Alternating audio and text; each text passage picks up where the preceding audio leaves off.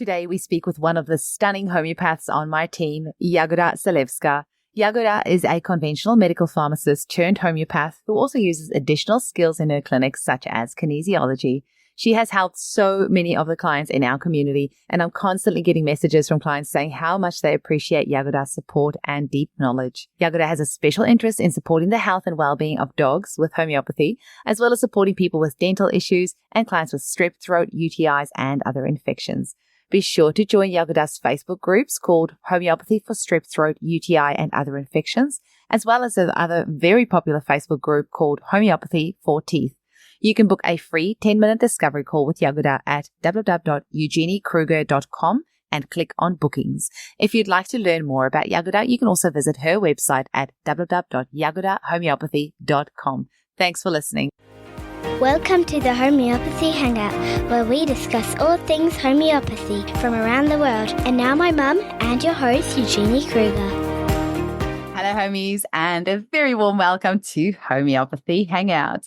Today, we get to hang out with my good friend and one of the homeopaths on our team, the lovely, the gorgeous, the vivacious, Jagoda Salewska. Welcome. Woohoo! Oh, thank you so much.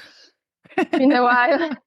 We tried to plan this for a while, but yeah, thank you so much for having me. It's such a pleasure and privilege to be able to share my story and things I've been doing so far. Amazing. In my journey, yeah. I was trying to think, how did we end up even meeting each other? Because it feels like we've known each other forever now, but what? And it hasn't actually. It's been over a year, but I can't even remember how we first got in touch with each other. I think originally was to see in Bali, the property and the clinic. Yeah, Jagoda. Maybe that was it, Because I went to Bali in July and then I caught up with Jagoda. And then, I decided to organize this Bali conference. And so I caught up with Jagoda again in September. And then Jagoda came over in December to Perth to come to our party we had here. So she was hanging out with us and was in my clinic and stayed over at our place. And so you just feel like part of the family now. So I'm like, it feels like I've known you forever. But if I reflect on it, actually hasn't been that long. But we speak every week, and myself and the team of 5 homeopaths, we meet up every Friday, 9 a.m. And it's funny, it's 11 here now. So we've already had our team meeting this morning, but, I get to chat again now. So I think maybe that's why I just love hanging out with you, and I learn from you every time I chat with you, which is thank you. And likewise, learn a lot as well while in a clinic, and being the party was so amazing. It's just such a great environment when you see that empowering moms are coming and they really want to help their kids and their families with homeopathy, and it was just great. It's quite overwhelming at the same time, but really, really awesome. Awesome. Jagoda, tell our listeners who don't know you, what's your background and how did you first discover homeopathy? So I originally, and I'm still a pharmacist by background, and I wanted to really improve or change career as a pharmacist at first, and thinking as a community pharmacist, you help a little bit, but my aim was to really be very into clinical. So from community pharmacist, I went to hospitals and I worked in oncological hospital, general hospital, really wanting to depth my knowledge. I started even clinical diploma, but while doing it, I realized, oh my God, those patients we see in hospitals, they really don't get so much better. I mean, they are on medications that control their symptoms, but not really getting off the medications. So they actually getting more and more medications, having more and more deeper issues. So while working in hospitals, I realized I want to change. I mean, I always was a pharmacist who would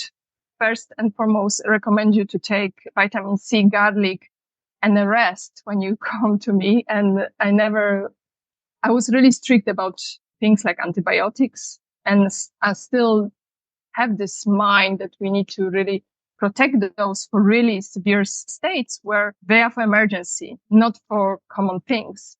So then in 2017, actually end of 16, I just decided I'm going to take a career break and I want to see what I can do with my pharmacist experience and start looking into more holistic approaches. So I've done some research. I went to open days and was considering a few things, but homeopathy had something in scientifically at the same time, because it's a medicine essentially, and also this holistic approach. And I found college. I started to study after short time when I went away and read a book. And I thought, okay, if I read this book and I still feel like this makes sense, I will start studying. So I did. And then I start looking into how I can get experience. And, when you change the career, even within pharmacy, I had to take some time to get experience from being a community pharmacist to become a hospital pharmacist. And it's called shadowing. So you can go and shadow someone from your own profession. And like you sometimes go to the clinic of other more senior homeopath and shadow them and see how they do things. So I thought, okay, I need to do some shadowing, some volunteering. And I applied to 3 homeopathic pharmacists in London. Can you please take me on board? I really need to get my hands on.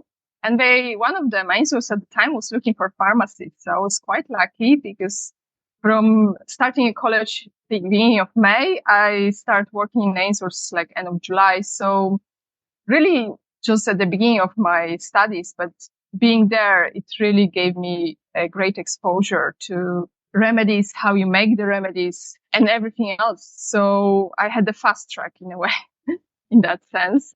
Yeah, I finished my college and I took another career break at the time, traveling around Asia to see how I'm going to implement that new experience into my practice.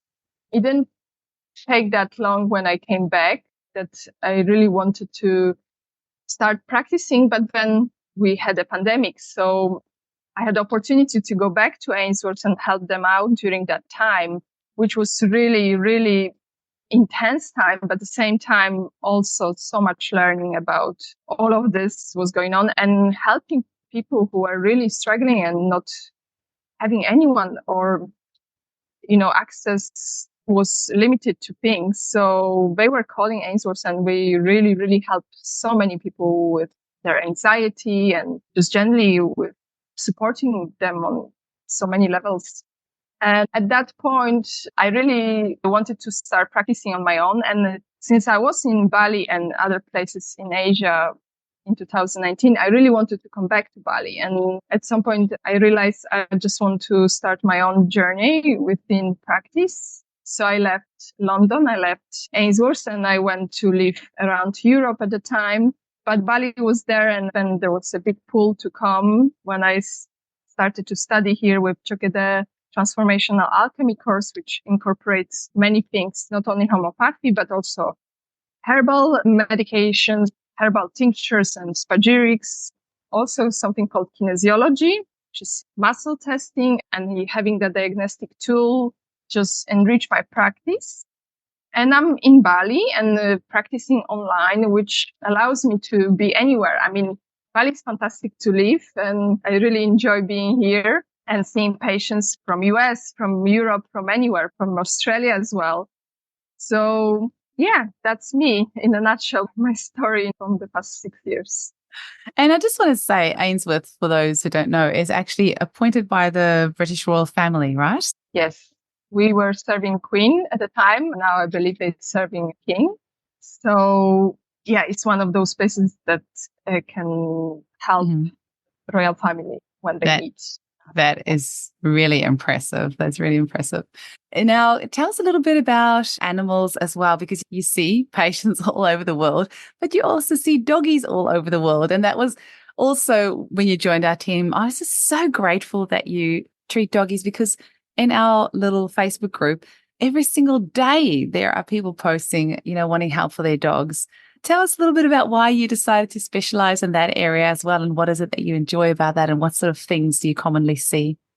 Well, so animals, they can be easy and not easy to treat in a way, but I'm an animal lover, so dogs and cats as well.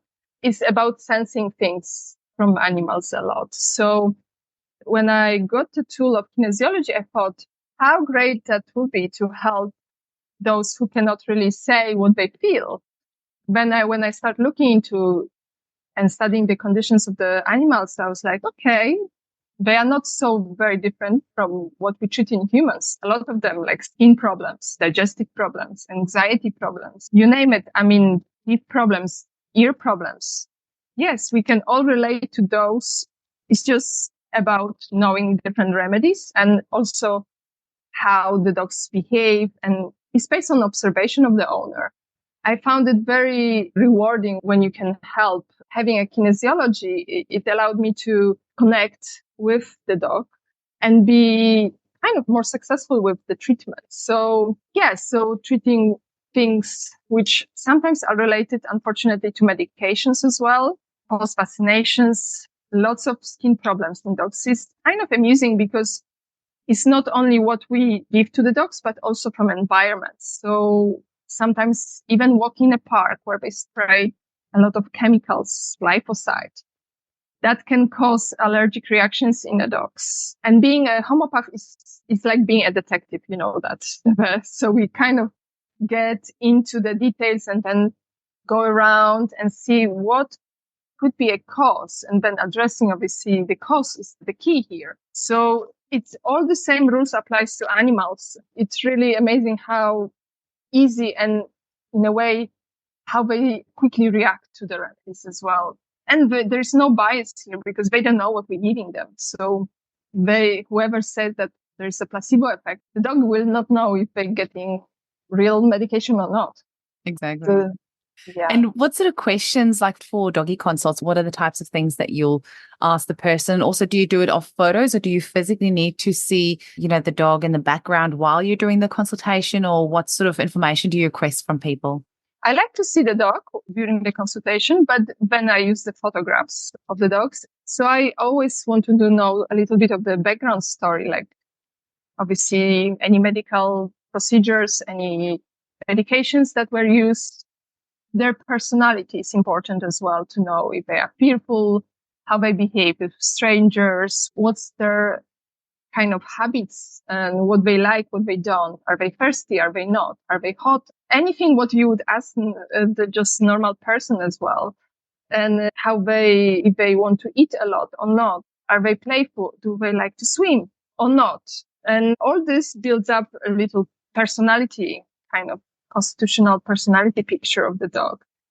Based on that, I look at specific remedies also for the condition, which, as I mentioned, can be very similar to what we treat in humans.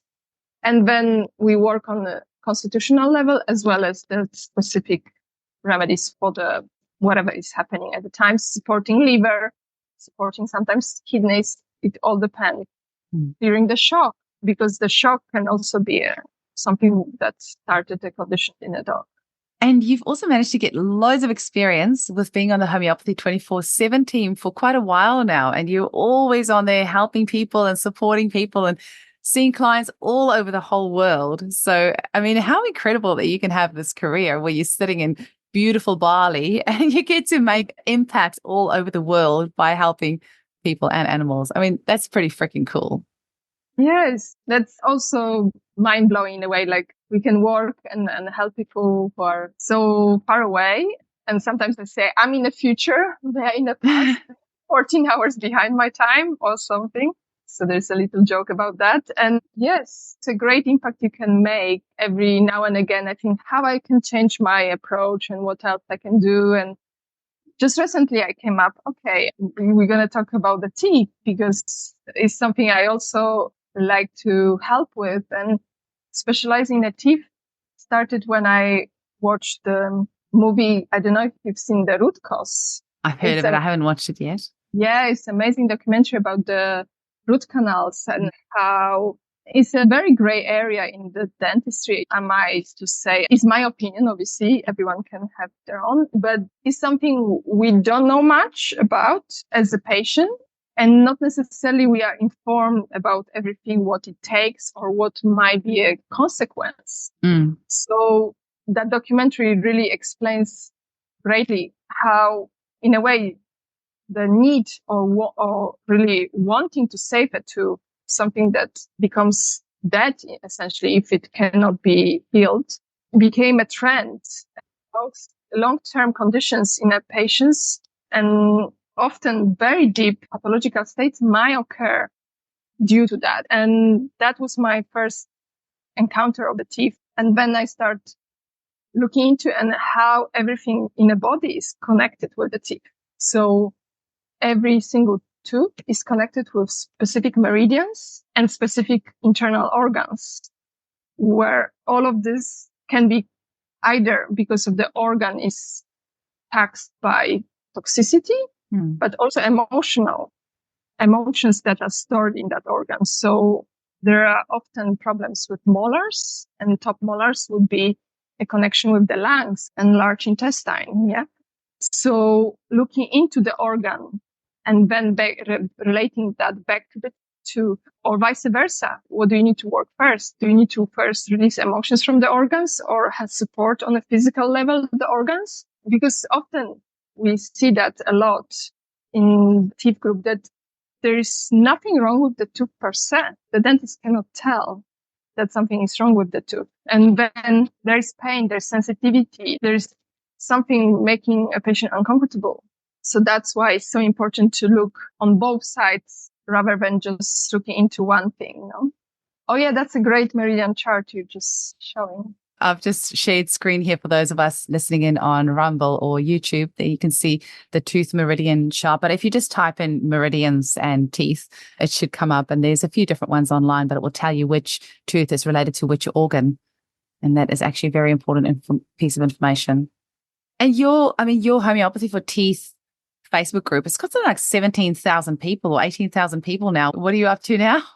Yeah. It's close to 18,000, I think, now. And wow. We get hundreds and hundreds of people every week. And it's really amusing in a way, like how much problems of the teeth we see, especially in kids. And working with kids is great way of, preventing with the baby teeth already, preventing that to become a problem in their adulthood.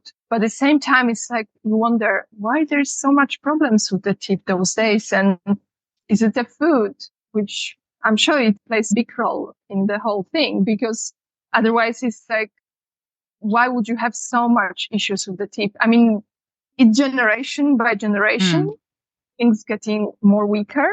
And in the past, the teeth was something what was an indication of your health and still is. It's just, we don't think about that this way anymore, but it might be not a great example, but the horse or everything was judged by the state of the teeth. So we might see this progression because of, unfortunately, Western way of living, having lots of processed foods, and not necessarily that child might eat that. And the child might be raised super healthy, but we need to look at the history of the parents, of the grandparents as well, what was going on, what medications they were on, and slowly help with each of that layer. And often we use miasmatic remedies in treatment as well to clear the susceptibility and what was going on with their teeth in the parents or grandparents to help the adult to become more strong and more healthy. And it's possible, but it's a process. Yeah, it's not overnight. The teeth, they are not bones, but they are like bones. It takes time, to regenerate, to remineralize the teeth. And we often see questions about cavities, about discoloration and abscesses. And all of this can be supported with homeopathy, but it takes some time. We do see miracles. We do. And those miracles, for example, happen in injuries where within a space of 3-4 weeks, you can really save a tooth which was injured with the ball or some other accident. And I had the cases as well where a child hit the front tooth and the dentist was like, yeah, it can go either way.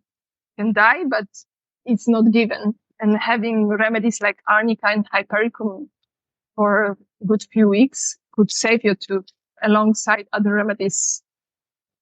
So yeah, but also having a multiple approach to the teeth where minerals like cell salts are important and other vitamins that we often don't talk about. But if you don't have a good sort of building blocks, so you're missing some vitamins, you're deficient on vitamin D or zinc or all sorts of other things. If there is not enough fruits, so there's no enough vitamin C, they all might impact how we heal generally, and that also is affected by that.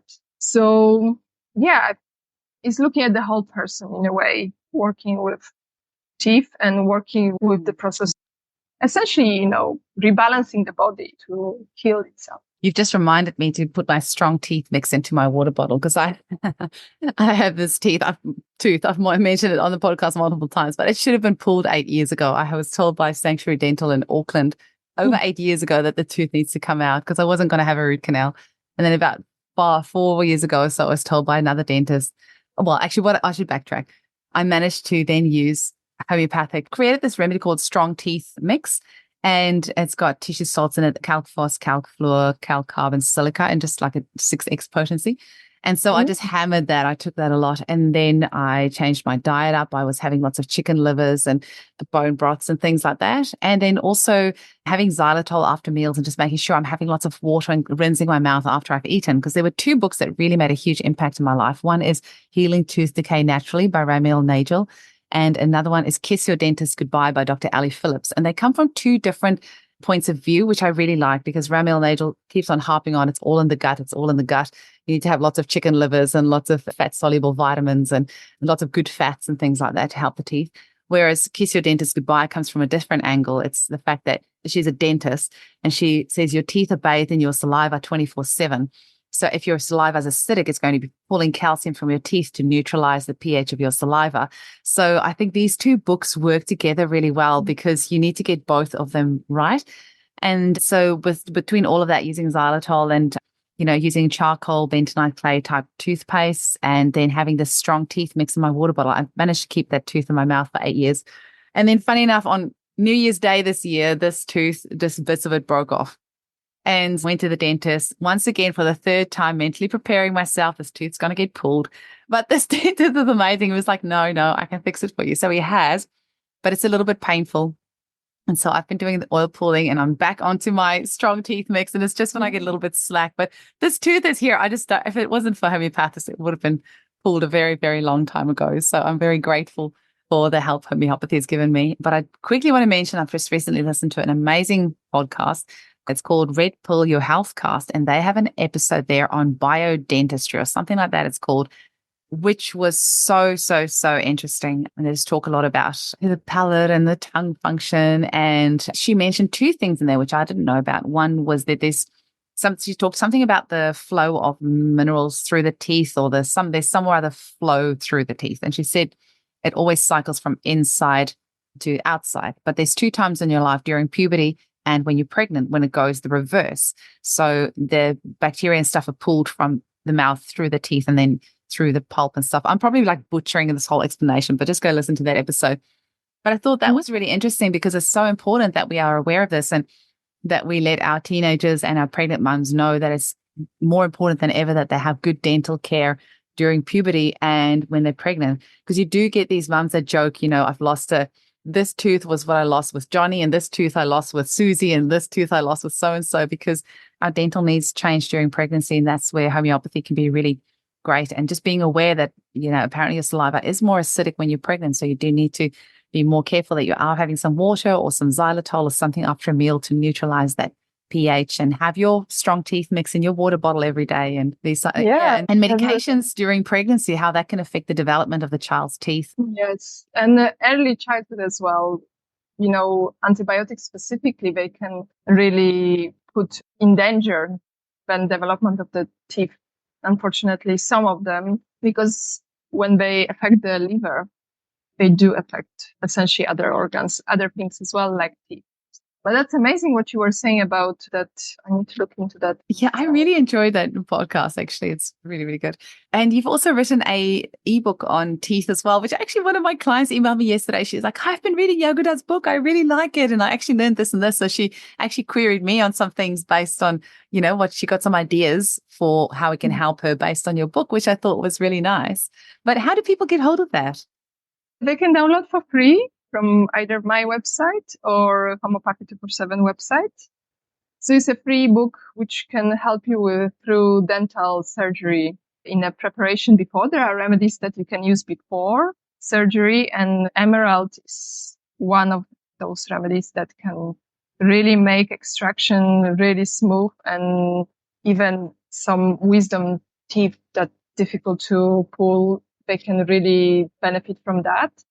and anxiety, anticipation. I just actually started a few weeks ago a new series, and first and foremost was the anticipation, because some patients are really even scared to sit down on that dental chair. So having homeopathy on hand, I mean, there are at least 8 main remedies, but there are so many others possibilities to support you emotionally beforehand. It can lower your levels of stress. And then when you are not so stressed, your body reacts differently to the trauma itself. Trauma, let's say, or rather intervention you're having.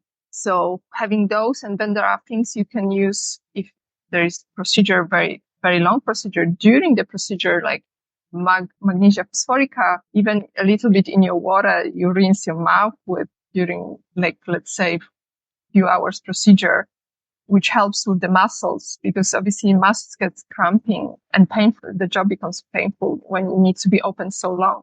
And there are certain procedures that take so long, no? Then aftercare is so important, and things like hypericum, calendula for pain and healing, and things for bleeding. So it really depends how the procedure goes. There can be different remedies. I mean, I value arnica as well in certain circumstances. I know there are different opinions if you use arnica or not around surgeries, but I think in dental surgery, we do use arnica after the procedure. So yeah, and Hypericum calendula is another one that can be really, really helpful, and the dentists often follow the protocols, and obviously that's also my personal opinion, but not everyone would need antibiotics post procedures, post extraction, where that's just a protocol. And often the dentist would not really assess individually if you are capable of keeping your mouth really clean and sterile in a way. But I just recently had a patient, and there was wisdom tooth extraction, and we managed without antibiotics, everything with the remedies. So it's about the awareness and making those conscious choices in a way that, okay, I might take them in case that would start infection, but I want to manage without. And that's, I think, the choice we should have, not just following, okay, that's a part of the protocol, I need to take them. I'm with you on that one. Just when you mentioned about the babies before as well, there's so many babies that are given antibiotics prophylactically at birth instead of just monitoring and giving it when necessary. So, but the flow-on effect of that on their overall health, like you said, the teeth, the gut, everything else, like it's just not worth the price doing it prophylactically. But I understand why they do it, because, short on resources and things like that. So it's better just to give everyone antibiotics prophylactically rather than monitoring them closely and keeping an eye on them and using it for emergency only. But it's a shame. Yeah, we need to think that things are standardized in a way, in a medical care. And then they will do protocol, and then they will think, okay, because based on X amount of cases, we rather follow this protocol. But like with homeopathy, we are so individual. Yeah, we look at the individual symptoms. We want to tailor everything to your need. And the same way, I wish doctors would start thinking, okay, maybe let's say 50% of my patient, because of this risk or that, they cannot really deal without, but 50% can. But just informing and empowering patients to be able to manage their health in a different way, like naturally, it's so important, I think. To tell you, I had that Emerald 1M in my handbag ready when I went for the doctor's appointment after I spoke with you on the first. And that's why I love our little group. Hey, because just pop in there. Hey guys, this has happened. What can I do? And it was lovely that you gave me those suggestions. I'm so glad I didn't need the Emerald, but my son's going to need to have a baby tooth extracted soon because of the palate not being wide or whatnot. So the baby teeth are not falling out easily enough. And so, it's going to have it extracted because it's just not coming out by itself. But I'm glad you've said that about the Emerald, because I'm going to for sure use that. And so that's why also it's such a good idea to have a relationship with a homeopath, right? So any of these little things pop up and, you can just check in with them and see how they go. I just want to know how you get around to adminning all these groups, because you are always helping out in my Facebook group as well for our mums in Australia. You've got the homeopathy 24/7. You've got your teeth one. You've got so many consults as well. Like, how do you do it all? Lots of Well, meditation and yoga. yeah, yeah, lots of meditation, yoga, and not so much recently. I mean, it's a personal thing, but I had this motorbike accident, so I still cannot do yoga. But I'm healing well with homeopathy again. And well, it's about finding specific times for everything. Yeah. And just doing things, I think multitasking in a way. While doing one thing, you also overseeing other things. Yeah. I also manage strep and throat and UTI, another infection group, which also is a kind of. I didn't even know about that. That's amazing. Yeah, I wrote the ebook as well on that. I didn't send it. Oh, no, how did I not know about that? Okay, that's cool. So lots of recurring strep throat infections as well, which you would think lots of going on here, no, around throat chakra, mouth in children.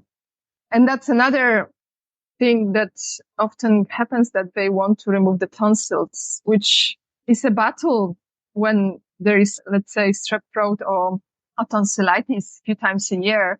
But again, homeopathy can be so helpful in a recurring or this chronic actually state of inflammation, which we help with the remedies, but also with the diet changes. I mean, lots of things like dairy products can inflame, educating mothers that unfortunately they cannot keep giving milk to children. Yeah.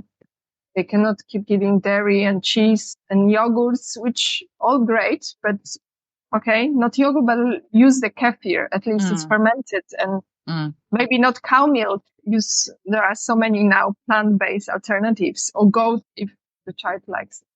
But yeah, so many things I want to help with. So I try to allocate my time, lots of time during the day, to do those various activities and be there to support patients on their journey, essentially. Yeah. You just quickly snuck in there about the accident, but we need to actually just talk about that for a second, because your healing has been nothing short of miraculous. I couldn't believe when you sent us that photo of your face was just completely smashed up on the one side there.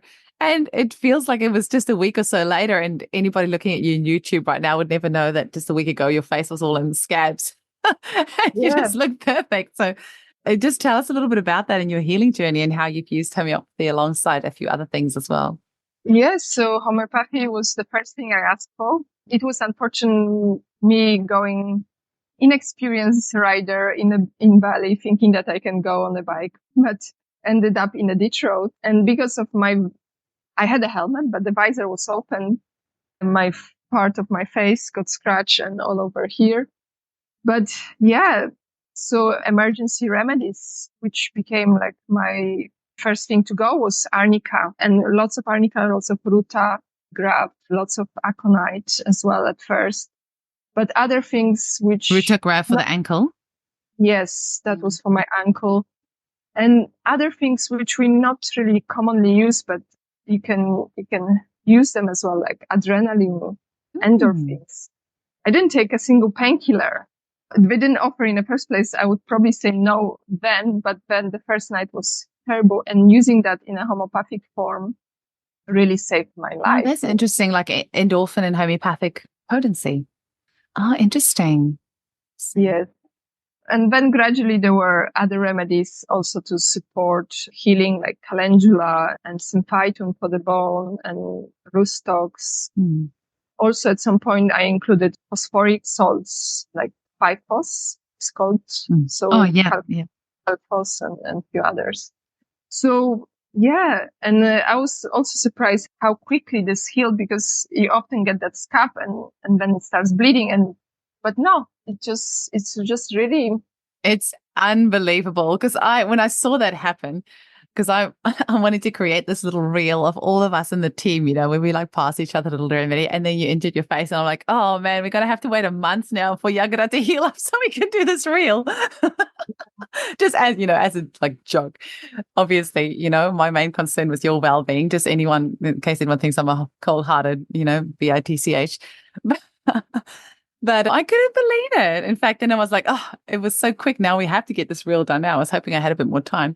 But your healing has been nothing short of miraculous. It's been incredible to watch the journey. And we know homeopathy works. We know it's incredible. But still, when we witness it ourselves, it never ceases to amaze me. That's why I always say I'm the biggest homeopathic skeptic. Every time I prescribe a remedy for somebody, I give it to myself or my kids or our dog at the moment who's got a humongous wound, which I can't wait to create a reel from the photos over the past week of how beautifully his wound is healed up. Every time it happens, I'm still blown away. I never cease to be amazed by the healing power of homeopathy. Yeah, it is. And your energy levels can change throughout that time.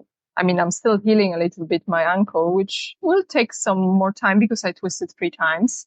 Wow. But I'm giving myself time, and we often want to do shortcuts, in whatever happens. But we cannot forget that also, a rest, which is so obvious, but not often followed, and giving yourself time for the remedies to work. If you are rested and relaxed, it's just amazing. But they work very quickly. And I was amazed as well, doing photos of myself every day. Yeah. My God, this is amazing progress. I'm not swollen anymore after 2 days. So you were so respectful of the healing process, like you said, because you blocked out, you canceled your clients and you took that time to rest. You got somebody else in to help with the healing process as well and to give you support. And, you honored the journey of healing, which I think also is why you didn't push it. You were like, okay, I need to rest now. And you did that. And you did all the right natural medicine things, which is why I think also testament to the beautiful healing journey that you've had, which is pretty incredible. Yeah, we always need to think as well, what's the message here? I mean, why did it happen? I mean, what's universe is telling me right now? What should I rethink? Yeah, it's a time of reflection and clearing some emotional baggage as well, in a way. And that happened as well during that process. So listening your body is so essential. And we often, we are too busy and too eager to fix it too quickly. And then, okay, I don't want to feel this. But actually feeling it and allowing to you to release that and work on deeper issues. So we kind of forgot how is to heal ourselves. It's not about rush and magic pills. Homeopathy is great, but it's catalyzing the change, but the change happens within ourselves. And if we allow that change to happen more in a gentle way for ourselves, we can really go into deep things and see a major shift in ourselves. Amazing. Now, if people around the world would like to book with you, just to run us all the places that they can find you. Well, first and foremost, they can find you on your website. I'm part of the Australian team, so you can find me there. You can go to eugeniakruger.com and then there's a booking link and you can book a free session with Yagoda to have a chat first. But you also have your own website, yagodahomeopathy.com. Yes, I have my own website, yagodahomeopathy.com. I'm often on Homeopathy 247 for the Facebook acute states especially. And Ask Homeopath is one of the Facebook groups managed by Homeopathy 247. So, all of those places are possible. And the Homeopathy for Teeth Facebook group. And that other one, you said, what's it called? Strep and UTI or what? Strep, throat, UTI, and other infections. Oh, cool. Amazing. Is there any final message that you want to leave our listeners with, Yagoda? So my final message is that homeopathy can be an amazing journey, healing journey. This process can be very long, very short, but it's about listening to your own needs and your own body. We often want to focus on one specific thing. Oh, it's just this, but it's never just this. We need to look at the whole picture of the person, and that allows us to connect things because everything is in a way connected. It's not this or that. I mean, we kind of programmed to think like this. I have only problem with this or that. But looking at the whole person allows to big transformation within our health. And that's sometimes scary. And that's something we need to put aside time, some money as well. But it's an investment in a way. It's an investment in your health, investment in your well-being where you can achieve levels of health you haven't had even in the past. And that's amazing because I feel like in my late 30s, I felt better than in my late 20s. And that's due to using homeopathy. So yeah, I would whoever wants to use homeopathy really and experience fully is about that. It's about that full journey in a way. I love that. Now, I will see you again on next Friday and every Friday after that until I get to see you again in person in September in Bali for our Unleashing Homeopathy conference, which I'm so... No, you're going to be here before that, huh? Am I? Oh, I don't know. I'll see if I can squeeze in a quick little trip across the ditch. I might do, but I will definitely see you in September. Yes. September will be amazing. Unleashing Homeopathy conference. I really look forward. Me too. I just cannot wait. I can't believe we're already in February. Hey, like this episode's probably going to go out around March somewhere, but it's like it'll be September before you know it. It'll be so cool. First month of the year, just once. It's so quick. It was always the case though. Alrighty, beautiful. I will chat with you very soon. Thank you so much for sharing your wisdom with our listeners today and giving them hope that they can heal their teeth and their doggies and their strep and everything else in between. Thank you so much for having me. It was a great pleasure and privilege to share my story, my experiences, and personal, really. Thank you so much. And forward to meeting you somewhere. See you. Bye. Bye.